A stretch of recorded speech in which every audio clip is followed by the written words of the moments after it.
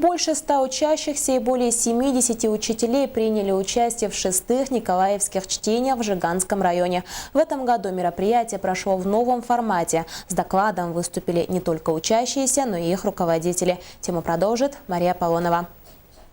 В николаевских чтениях «Наша малая Родина» и ее люди участвовало 137 учащихся, 78 учителей и родителей. В этом году чтения прошли в другом формате. С докладами выступили как учащиеся, так и их руководители. Чтения прошли по 3 группам – с 1 по 4 классы, с 5 по 8 и для старших классов в форме дебатов.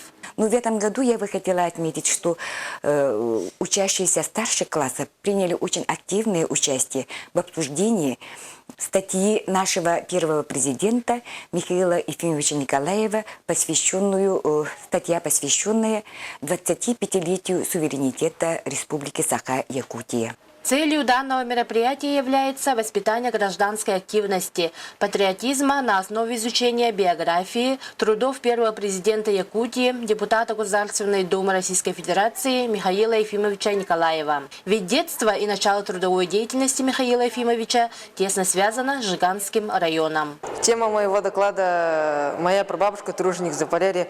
Я стараюсь участвовать в таких мероприятиях с 5 класса, довольно активно. В конце мероприятия все участники получили сертификаты об участии в чтениях. Также были определены 3 лучшие работы, авторов которых наградили дипломами и памятными подарками. Мария Полонова, Анна Петрова, НВК Саха, Жиганск.